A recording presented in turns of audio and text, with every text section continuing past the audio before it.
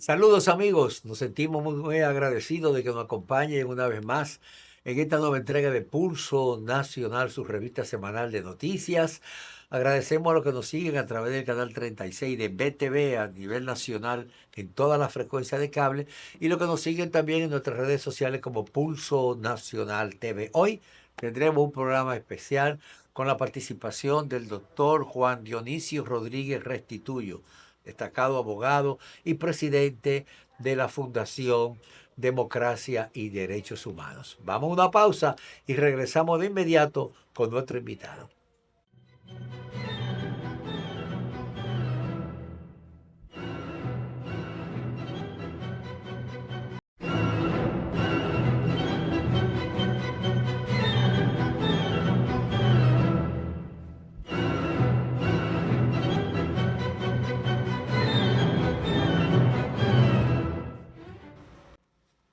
Agradecemos al doctor Juan Dionisio Rodríguez Restituyo, destacado abogado, académico, presidente de la Fundación Democracia y Derechos Humanos, aceptando nuestra invitación hoy para conversar en Pulso Nacional. Doctor, ¿cómo se siente?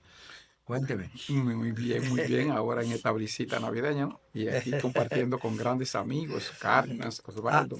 Hay un Y, tema realmente importante. Estamos ya al final de un año que ha sido muy especial desde el punto de vista político, de desarrollo estratégico para la República Dominicana. Se celebraron dos elecciones municipales y presidenciales y congresuales. El país hubo un cambio del gobierno, la constitución del gobierno, en un proceso democrático ha sido reconocido, el papel de la Junta Central Electoral, de los partidos políticos, la perspectiva de política del país frente a una realidad mundial, la situación del retorno de Donald Trump a Estados Unidos, la guerra que existe en muchos países, el caso de la Franja de Gaza, ahora con Irak y otros temas importantes. ¿Cómo ve usted la situación general del país en lo que ha sido de este año y qué podemos esperar de las organizaciones políticas, la consolidación de la democracia? ¿Qué se puede hacer por el país en esta perspectiva? bueno, Osvaldo, esa es una pregunta que hay que reflexionarla y pensarla con detenimiento y con mucha afirmación de lo que es nuestra historia. Nosotros estamos cumpliendo 59 años de la mayor estabilidad económica y política que ha tenido la República Dominicana. Es el periodo más largo Ajá. que hemos tenido. Y parece que esa estabilidad va a seguir. Nosotros perdimos la República en el 65, que sería la Tercera República. Estamos en el proceso de la Quinta República, conforme a los historiadores. Y yo creo que Luis Abinader es un punto de inflexión de una época donde él pasa una raya de pizarro a todo lo que fue el PRM, el PRD, el Partido Azul, el Partido Duartista y esa secuela de personas, igual que la Fuerza del Pueblo y el PLD y el neotrujillismo y todo ese liberalismo y ese conservadurismo que se enfrentaron con mayores niveles democráticos en el siglo XX y en este siglo y en el siglo XIX. Y entonces viene una época en la que la República Dominicana tiene que prepararse, una época de la despolitización de la sociedad, una época en la que un grupo de jóvenes, en el caso del PRM, están aspirando al poder sin formación política, sin historia política, sin Sí, conocimiento político, solamente fruto de la acumulación de riqueza y de capital y de herencia de sus padres las circunstancias. y la misma circunstancia. Y por otro lado, la posibilidad real de que se pueda restituir un gobierno de el único que no tiene impedimento de ser candidato presidencial, pero que ha gobernado 3 veces. Es decir, fíjense cómo juega la historia en la República Dominicana. Nosotros estamos viviendo como el periodo de Horacio Vázquez. Nadie pensaba que Horacio Vázquez iba a regresar, porque Horacio Vázquez estaba liquidado políticamente y fue presidente en el 1924. Pero de hecho, Santana desterró a Báez y Báez volvió. Báez desterró a Santana de por vida y Santana volvió y lo entregó a la nación, a los españoles. Después Báez no quiso entregar a los Estados Unidos. Como Horacio Vázquez también fue parte de todo ese complot con Desiderio Arias para que nosotros perdiéramos la República. Nadie pensaba que Balaguer iba a volver en el 86. En el 86. Nadie pensaba. Entonces, esa es la historia dominicana. Y entonces hay esa posibilidad. Y yo creo que la sociedad dominicana tiene que prepararse, porque si nosotros no construimos una gran unidad nacional, el peligro que tenemos en Haití, que yo sigo insistiendo que no es Haití el principal peligro, Haití es un riesgo de la nacionalidad dominicana, pero el primer peligro que tiene la República Dominicana es los Estados Unidos, nuestro principal aliado comercial, donde tenemos 500,000 de dominicanos que son americanos, es decir, que tienen la nacionalidad americana y que tienen la nacionalidad dominicana. 500,000 y 202 millones de dominicanos que tenemos en Estados Unidos. Nosotros somos, en términos poblacionales, el mayor país de habla inglesa. Y entonces cuando tú me estás diciendo que estamos perdiendo la nacionalidad, que estamos perdiendo nuestra cultura, entonces no vemos para eso. Pero hay un sector norteamericano que quiere unificar la isla. No, los haitianos es un peligro, un riesgo, pero por eso tienen embajador en Haití y no tienen embajador en la República Dominicana 4 años, porque ellos, el embajador de Haití ven es la isla. Hay un sector y el casco haitiano en Estados Unidos y otros sectores demócratas que tienen la idea de que nosotros debemos de unificar la isla para resolver el tema haitiano. Y la sociedad dominicana también tiene que prepararse para eso. Y tiene que prepararse para el cambio político que viene. Y ese cambio político que viene no puede caer en toda una corriente que está tomando cuerpo en la República Dominicana, que es de fascista, de trujillista, de neofascista. Es decir, fíjense cómo han surgido grupos que nosotros impensable podíamos tenerlo. Pensábamos que eso había terminado con la era de Trujillo o con la era de Balaguer. Ahora con otra característica han surgido una serie de grupos que se llaman con corte paramilitar, con corte fascista, que tienen espacio público, que están en los medios de comunicación, que impiden actividades de otras, que son intolerantes, y eso tienen espacio en la sociedad dominicana. Entonces yo creo contra todo eso, la sociedad dominicana, que eso sí es un peligro para la estabilidad económica, política de la República Dominicana que tenemos en estos 59 años. Pero yo creo que la sociedad dominicana tiene que plantearse una gran unidad, pero también con un proyecto de nación, con un Estado profundo. Nosotros tenemos que estar pensando ya en 40, 50 años. ¿Qué va a ser de nosotros en 40, 50 años? Nosotros tenemos que resolver el tema del inmediatismo que tienen los gobiernos dominicanos para darnos un proyecto de nación, un gran proyecto de nación que está por encima de los partidos, que está por encima de las instituciones. Nosotros tenemos que repensar todo el sistema empresarial nuestro. Los empresarios dominicanos tenemos que repensarlo, que quieren acumular riqueza, pero no quieren distribuirla. Pero Juan Dionisio, usted ha hablado con claridad un tema que es de gran preocupación de la nación dominicana, pero ha hablado al mismo tiempo de los nubarrones que se ciernen y que afectarían a la República Dominicana como país. Y ha hablado de la necesidad de unificar un país, una nación. Sin embargo, Juan Dionisio, los sectores progresistas o los llamados sectores progresistas de la República Dominicana, en vez de contribuir a la unificación de todos los sectores, de ellos mismos, cuando hablo de progresista, estoy hablando de entidades y personalidades democráticas, de organizaciones de izquierdas y comunistas. Y entonces esa franja cada vez más está dividida. La dispersión. Cada vez más surgen grupúsculos, pequeños grupitos de 2, 3 o 4 individuos que se creen que tienen la capacidad de crear o mantener un partido político de izquierda. La situación es real ahí.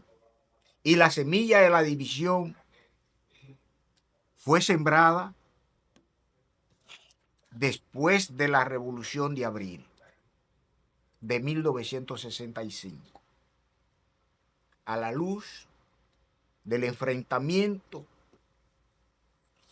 que se dio. Entonces, ante esta situación, usted que maneja, que sabe, que domina todo eso y que ha sido partidario de la unidad, a mí me consta, ¿qué hacer? Porque si tenemos ese panorama en la República Dominicana. Y a propósito de eso, Juan Dionisio, antes de que tú des la respuesta, me gustaría también insistir un poco sobre la ideología, porque tú hablas de los partidos, cómo ya los partidos tradicionales han perdido la ideología. Ya no se lucha por principio, sino que cada quien busca intereses particulares. Mira, yo creo que que hay que convocar una cumbre. Yo pienso que la izquierda, los sectores progresistas, los comunistas en la República Dominicana tienen demasiado retraso. Yo milité durante 42 años en un partido comunista y una cosa, pero la izquierda tiene demasiado retraso porque es que la izquierda se ha apartado de una realidad. Es decir, ¿cuál es el carácter de la República Dominicana? Si tú no conoces la historia, es muy difícil que tú puedas darte proyectos políticos. Claro. Y la historia dominicana es una historia muy difícil. En Ojo Público yo decía que hay que hacer una ruptura. Aquí no ha habido nunca una ruptura. Si nosotros tenemos lo mismo, lo que derrotaron a Duarte y a los trinitarios, inmediatamente después que Golpe y Sánchez dieron el golpe de Estado en junio para adueñarse, en junio, abril, mayo, para adueñarse de la Trinitaria, que vino el contragolpe de Santana y que lo derrocó. Duarte era el secretario de la Junta Gobernativa, no fue el presidente en ese golpe, se puso a Sánchez, a Juan Francisco Sánchez. Sin embargo, el primer crimen de Estado que tuvo la República Dominicana, el primer crimen de Estado, señores, fue a una mujer. Sí. Y se hizo exactamente a un año de la separación de la República. El 27 de febrero del 1845, aquí se asesinó a María Trinidad Sánchez como crimen de Estado y a otro más, ¿no? Y eso te dice a ti qué sociedad fue la que nosotros constituimos. Y eso no ha tenido una ruptura. Entonces la izquierda tiene mucho retraso en la República Dominicana porque la izquierda no ha podido insertarse a un proceso político que tiene que ver con 3 ejes fundamentales que fundamentan la política, es decir, la ideología, es decir, la filosofía política, la economía y, de hecho, la propia política. Lo que decía Lenin cuando decía el fundamento del marxismo, la economía inglesa, la política francesa, la filosofía alemana, fue lo que conformaron todo un concepto ideológico que ha permanecido por más de 200 años. Y en la República Dominicana, el pensamiento de Duarte no hemos podido aglutinarlo, agarrarlo, conectar ese pensamiento de Duarte con el de Luperón, con los gavilleros, con lo del 59, con lo bueno de Juan Bosch, con lo excelente de Peña Gómez y crear un pensamiento dominicano que pueda unificar no solo a los sectores progresistas de izquierda, sino a los sectores empresariales que también se sienten afectados por un cartel que hay aquí y por el imperio norteamericano que marca la pauta para la República Dominicana. Y no es que rompamos con los Estados Unidos, no. Es que nosotros podamos tener una república independiente para que la riqueza socialmente producida puedan distribuirse, porque se dice que los izquierdistas quieren distribuir la riqueza, pero no la producen. Y es verdad, para tú distribuir riqueza, tú tienes que producir. Entonces nosotros pensamos mucho en la distribución de la riqueza, pero no pensamos en cómo contribuir, cómo hacer riqueza. Cómo producir. Cómo producir riqueza. Y para tú distribuir riqueza, tú tienes que producirla. Y la riqueza se produce con el trabajo. Que fue la experiencia de Chida. Vamos a una pausa. Pero esa pausa quisiéramos y yo te voy a hablar de la unidad ahora, porque está el asunto del tema de la unidad.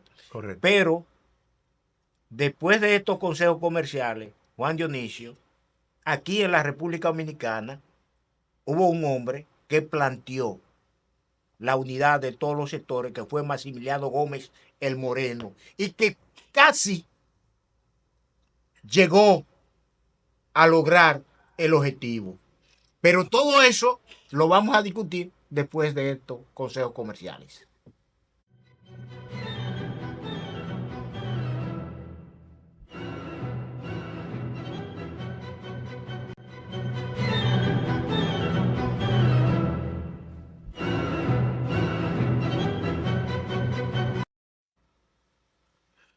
Conversamos con el doctor Juan Dionisio Rodríguez Restituyo, abogado, presidente de la Fundación Dominicana Democracia y Derechos Humanos. En el segmento anterior hablábamos sobre la unidad de los partidos de izquierda y la necesidad de que los grupos progresistas se integraran y pudieran emprender un proyecto que se ha intentado varias veces, pero que siempre ha terminado en un fracaso, en un fracaso contundente. Y hay un componente importante que usted señaló, que no se puede distribuir riqueza sin producir riqueza. Explíquenos eso. Mira, el tema de la unidad en la República Dominicana es un mandato, eso es una necesidad. Pero, ¿por qué no se va a dar la unidad en los sectores progresistas de izquierda? Porque todos son del mismo tamaño. Y como son todos del mismo tamaño, todos se rinden con los mismos derechos y con la misma condición y la misma capacidad. Entonces, eso es como que un grupo de enanos quiera unirse. Dos enanos quedan, otro enano. Entonces, hasta que no surja una fuerza capaz de unificar la izquierda con una visión de poder, porque Lenin era muy claro, fuera del poder todo es ilusión. La política solo tiene sentido cuando es el poder. ¿Para qué?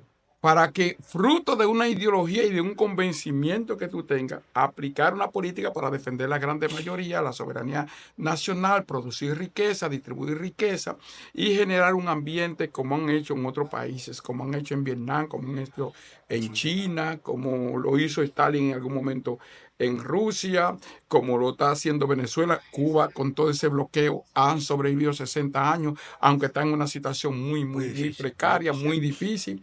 Pero tú no puedes negarle a Cuba los niveles de educación, los niveles de salud y los niveles de formación de toda una cultural de un pueblo. Entonces, la sociedad dominicana tiene que avanzar en un proceso de unidad. Y ya no solamente esa unidad es de la izquierda, esa unidad tiene que también abarcar otros sectores que están en partidos de derecha con sentimiento democrático y con sentimiento nacionalista. No el sentimiento nacionalista trujillista, que solamente son nacionalistas ante el pueblo haitiano. Sí. No. No es el nacimiento nacionalista que hablaba Duarte, que hablaba Luperón, contra la potencia. La República Dominicana, señores, tiene el potencial de convertirse en la Meca del Caribe. Nosotros tenemos que darnos un proyecto de nación que procure que República Dominicana sea la potencia del Caribe, que nosotros tengamos capacidad para producir para 50 millones de ciudadanos. Es decir, que nosotros tengamos capacidad para adueñarnos del mercado de Haití, de Cuba, de Puerto Rico, de El Salvador, de Nicaragua y de todas las Antillas, porque somos la séptima economía del mundo ahora. Nosotros necesitamos que la República Dominicana se convierta en un ambiente donde no haya ningún solo analfabeto en la República Dominicana, donde tengamos educación de calidad y tengamos un proyecto para garantizarle al pueblo salud, educación, vivienda de calidad y crecimiento económico, pero mejor distribuido como el que está. Usted habla de un pacto de nación. Y eso va a ayudar a la unidad de la izquierda. Eso va a ayudar a la unidad porque materialmente, señores, la izquierda materialmente no tiene nada. La izquierda no tiene nada. Y cuando tiene ha conseguido algo, ni siquiera consistencia ideológica tiene. Lo diluye en discusiones internas y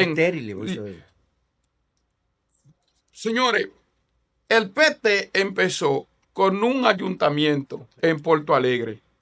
Y ese ayuntamiento llevó a Lula a la presidencia de la República. Pero ahí había un proyecto. El Partido de Trabajo de Brasil. Pero eso pasó con el Frente Amplio de Uruguay, que va a cumplir, señores, 50 años tiene el Frente Amplio de Uruguay. Y ahí hay 14 partidos. Empezaron con 5 partidos.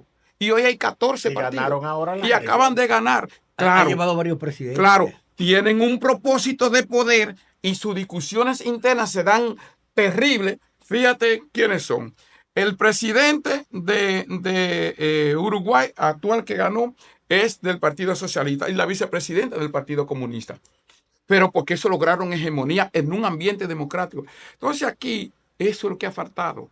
No hay unidad porque decimos ser demócratas, pero no lo somos. No lo son. No somos de palabra. Pero sobre todo, no hemos sido capaces de ser honestos.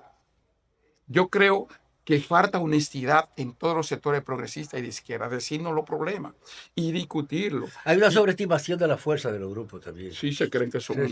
Creen que una huelga pueden cambiar. Señores, no conocen el Estado.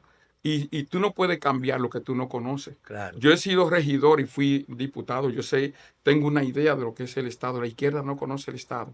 Y al no conocer el Estado, no hace ningún esfuerzo para ganar posiciones para cambiar ese Estado. Que lo puede hacer desde un ayuntamiento y dice, bueno, pero hemos tenido todo eso y no hemos logrado. ¿Por qué no lo hemos logrado? Porque no tienen propósito. Y cuando el que llega ahí actúa de manera sola y lo abandonan a su suerte, no le dicen, no, mire, este es el proyecto, esto es lo que vamos a hacer y esto es lo que tenemos que hacer. Pero no existe. Estas son las leyes que tenemos que vamos a someter. Una, y como tú eres uno solo, nosotros vamos a movilizar este país por esas leyes. Y tú con un partido atrás todos los días haces. Pero no presentan un proyecto. Pero nosotros tenemos gente de izquierda y yo voy a poner el caso. Víctor Bretón. Así. Nadie puede decir en este país que Víctor Bretón es un corrupto. No. Entonces, ¿por qué la izquierda no dice, vamos para allá, para Canca la Reina? Brito, vamos a hacer un proyecto socialista de este ayuntamiento aquí. Vamos a juntarnos. ¿Qué es lo que tenemos que hacer? Para decirle a este país que contigo se puede gobernar. Que sea un modelo, y como tú gobiernas este modelo, este distrito municipal, para poner ese distrito municipal, así la izquierda va a gobernar el país. Completo, que sea un proyecto, ¿Entiendes? una proyección. Mira, Juan, yo creo que hay una oportunidad en La Vega, ojalá no se pierda. Bueno, aunque cometieron errores. pero de todo modo, ese era el objetivo cuando se llevó primeramente a Víctor Bretón, que fuera ejemplo de ahí, y que eso, traspolar eso al país. Pero esos son los proyectos, esas son las cosas de la izquierda que no le dan seguimiento. Bien, partiendo de esta situación, estamos en Navidad, y la gente piensa un poco más en la bulla y todo esto que en lo que es lo fundamental de una sociedad. El Ministerio de Interior y Policía decidió que a partir del 15 se va a permitir el horario extendido de madrugada. Ya no es en los colmadones. Está prohibido. A las 12 los colmadones no pueden operar para evitar lo que es la violencia, la criminalidad, la delincuencia en sentido general. ¿Cómo usted ve, como abogado, como presidente de la Fundación Democracia y Derechos Humanos, esa medida del Ministerio de Interior y Policía y la ministra Farideh Raful? Mira, una de las cosas que la sociedad dominicana tiene que ver es qué es lo que se busca cuando se toma una medida. Tú vas a Ecuador, y los domingos nadie osa venderte nada de alcohol en ningún sitio, ni en supermercado, ni en colmado, ni nada. Porque se supone que al otro día hay que trabajar. Tú vas a Estados Unidos, que es nuestro gran ejemplo, y tú no encuentras a nadie de que en la calle, de que bebiendo bebiendo. una botella de Y cerveza. hay, Entonces, y hay de entonces, aquellos que, que entonces, salgan con un vaso. O entonces, con una cerveza en la mano. sí, exactamente. Entonces, ¿qué tipo de sociedad es la que nosotros queremos construir? Nosotros queremos que la sociedad que estamos construyendo esté fundamentada en los intereses económicos de sectores de clase. Es decir, en lo que venden bebidas alcohólicas. Promover el vicio. Porque está bien, la gente tiene, el disfrute es un derecho humano. La gente tiene que disfrutar, pero también las Con autoridades tienen que limitaciones. poner control Límite en y eso. límites. A mí me gustaría, no está bien, hasta la 1 de la mañana. ¿Cuál es día? Viernes y sábado. Y los domingos hasta las 11. Y ya.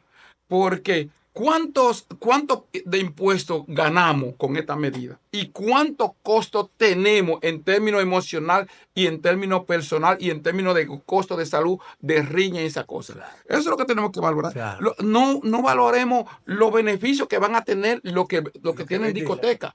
Porque siempre estamos pensando en función de la ganancia económica de pequeños grupos que afectan a la mayoría. ¿Entiendes? Perfecto, ya no se venden los colmadones, pero yo quisiera también que la ministra diga que prohíba vender en los colmados el papelito con la que lo venden en los colmados, dentro de los colmados, el papelito en la que se envuelve la marihuana. Que prohíba vender eso y que haga un cateo por Eso no todos los tiene En todos colmados, los regulación. barrios. en Eso todos no los tiene, no barrios. tiene Y regulación.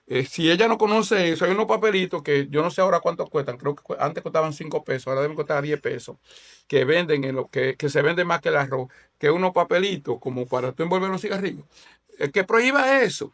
Y no solamente que le prohíba, sino que investigue quiénes son los que producen ese papelito. Porque la única función de ese papelito es para envolver marihuana. ¿Entiendes? Envolverse. Bueno, mira, hay un tema interesante, Juan Dioniso, que me gustaría que lo tratáramos, y el asunto de régimen penitenciario.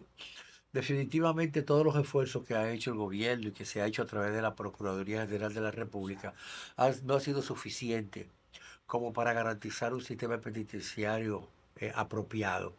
¿Qué estamos haciendo cuando una persona es detenida, es condenada y es llevada a las cárceles o a los recintos como preventivo? ¿Qué está sucediendo? ¿Estamos creando delincuentes? ¿Estamos reeducando a un ciudadano para reincorporarlo a la sociedad? Ha sido un fracaso a pesar de los recursos enormes que se han invertido en la construcción de cárceles y cómo viene aumentando. Hay presos preventivos que tienen hasta 5 años y sus casos reenviados 23 y 25 veces. ¿Cuál es la situación que se presenta con el sistema penitenciario de la República Dominicana? Me gustaría Pero, recibir esa respuesta después de esta pausa.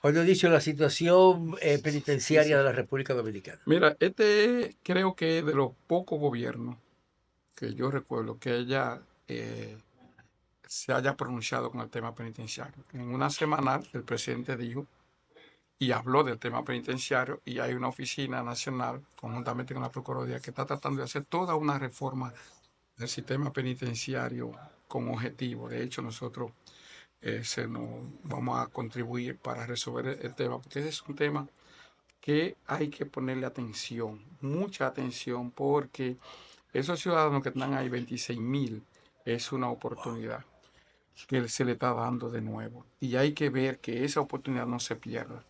De hecho, un casi 60% de crímenes y sicariatos que se cometen en la República Dominicana se están cometiendo desde la cárcel. Y eso hay que pararlo. Esos ciudadanos que están ahí perdieron unos derechos, perdieron su libertad, aunque tienen otros derechos que hay que garantizárselo.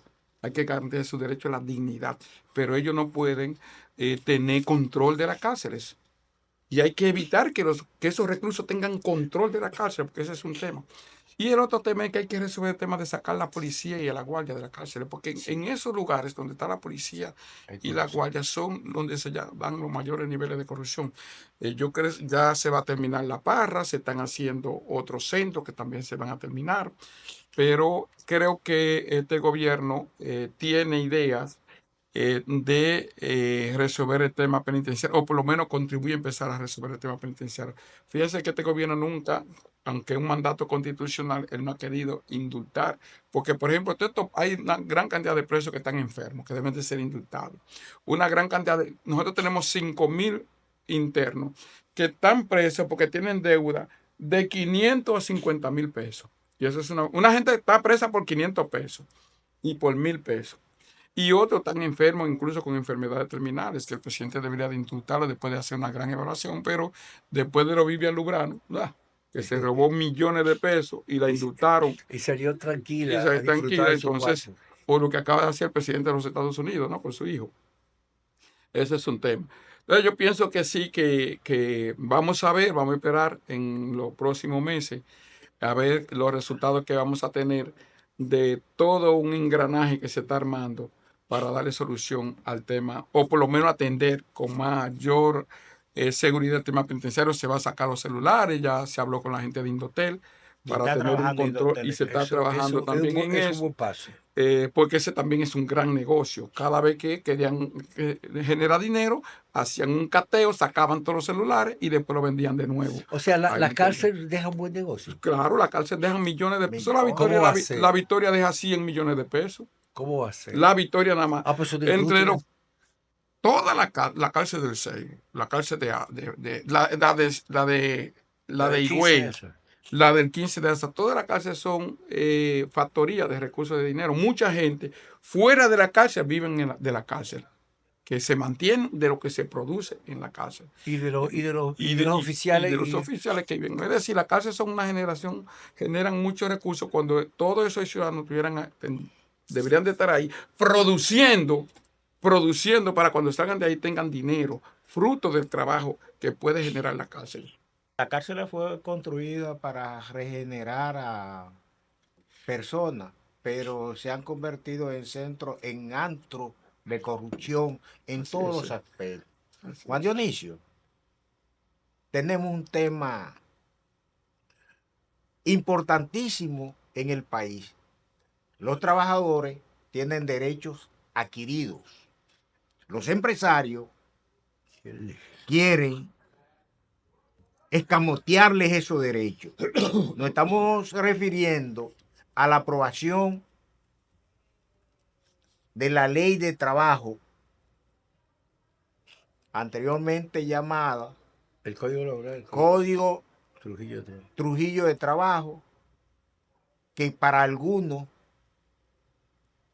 fue el mejor, e inclusive el que hoy está funcionando porque tenía mayores elementos alrededor de la seguridad social. Sin embargo, hay sectores El tema de la cesantía. que ahí están en el Congreso, en los partidos políticos, el empresariado que quiere eliminar la cesantía como derecho adquirido de los trabajadores. Su opinión al respecto. Mira, desde que Malagón y García Mella fueron a una conferencia en Ginebra en el 1928-29 y luego fueron a otra conferencia de seguridad social en el 31, en la que originó que esa intelectualidad que estuvo alrededor de Trujillo hicieran el Código de Trujillo Laboral de Trabajo. Ese código vivió hasta el 91, 92, cuando se hizo la segunda gran reforma al Código Laboral y no se han hecho más reformas. Y ahora se está planteando una reforma.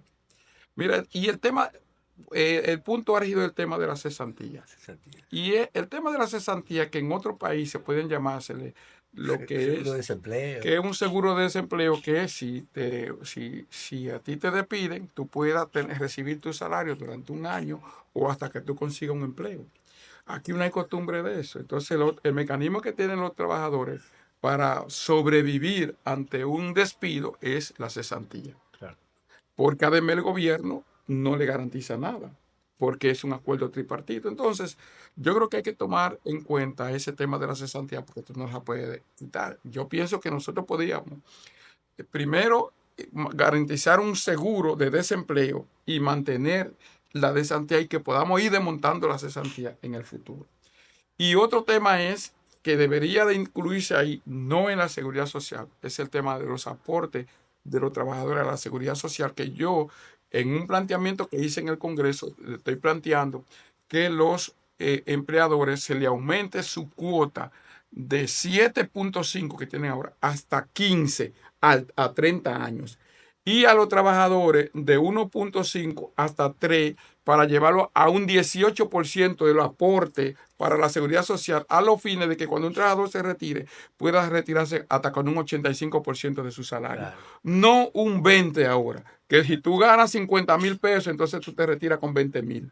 ¿Qué tú vas a hacer con 20,000 pesos y más cuando te quitan el seguro? Entonces yo pienso que esas son, y que los empleadores dominicanos que siempre han vivido la mayoría del Estado, que el Estado lo ha hecho rico, ¿entiendes? Entonces no pueden venir también a perjudicar a los trabajadores, porque por ejemplo, terminó el banco de los trabajadores. Sí. Los trabajadores no tienen doliente y los sindicatos han desmontado todo el sindicalismo en la República Dominicana, claro, a pesar de que tiene carácter constitucional, y eso le quita fuerza. Hay falta de solidaridad de los mismos sectores laborales. En porque han sido cooptados. Claro, los sindicatos están reclamando que se mantenga la cesantía, pero hay organizaciones que ni siquiera se producen eso. Me gustaría oír a la Asociación Médica diciendo que respalda que se mantenga la cesantía, a la Asociación Dominicana de Profesores. Ninguno de esos gremios apoyan a los trabajadores porque tienen sus intereses particulares. Y ese es el gran problema de la República Dominicana. No hay una solidaridad dentro de los mismos grupos y entidades que agrupan a los trabajadores. Osvaldo, es que no es el problema de una entidad, es el problema de la dirección sindical. Claro. Nosotros no, en la República Dominicana no hay dirigentes sindicales que realmente se preocupen por eso. No, y eso demuestra el tema de la carencia que tiene la izquierda en este momento, que no tiene tampoco fuerza para cambiar esa situación. Definitivamente es así. Señores, vamos a una pausa porque hay más en Pulso Nacional.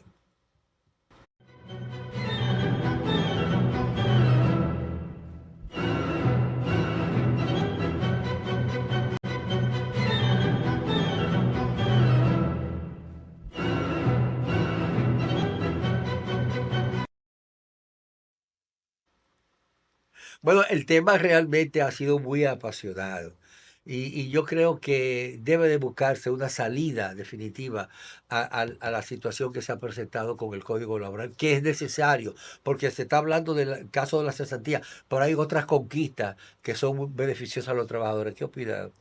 No, yo creo que hay que insistir en que se puede despojar a los trabajadores de la cesantía, hay que avanzar también al seguro de desempleo y mejorar las condiciones también laborables. Yo pienso que una de las reformas que debió de plantearse también es que, porque el salario mínimo aquí tiene que ser en función de los salarios de los ministros. Es decir, que el salario mínimo sea en función de los salarios que gana el presidente de la República. Okay. Es decir, ¿cuál es el salario mínimo? Bueno, el salario que gana el presidente de la República. ¿El presidente quiere aumentarse el salario? El salario, tiene que aumentar el salario mínimo. Que tu salario de un trabajador sea 1 o 2 salarios mínimos. Es decir, que si un ministro gana 200 salarios mínimos, la gente diría, coño, la gente piense. Sí. Es decir, los aumentos de los ministros sean en función del salario mínimo. ¿Cuántos salarios mínimos tú ganas? Correcto. ¿Cuántos salarios mínimos gana el presidente? ¿Cuántos salarios mínimos gana un diputado? ¿Cuánto? Para que la gente entonces empiece a diferenciar. Sí. Y eso garantiza que haya un salario mínimo real, porque no puede haber un salario mínimo de 10,000 pesos cuando una canasta familiar, cuando la canasta básica del 24. Último quintil cuesta en 26,000 pesos. Entonces tiene que ser también en función de eso. Entonces el Código Laboral no solamente la cesantía, sino que mejore las condiciones laborales de los trabajadores y se permite la sindicalización también. Bueno, Juan Dionisio. Bueno, yo tenía mucho que no venía a un programa de televisión. Agradecemos a Juan Dionisio, ¿verdad?, por su participación, como siempre, aportando datos importantes. Cárdenas. Sí, sí. Y será pues Hasta la próxima semana, cuando estaremos en un programa más de Pulso Nacional.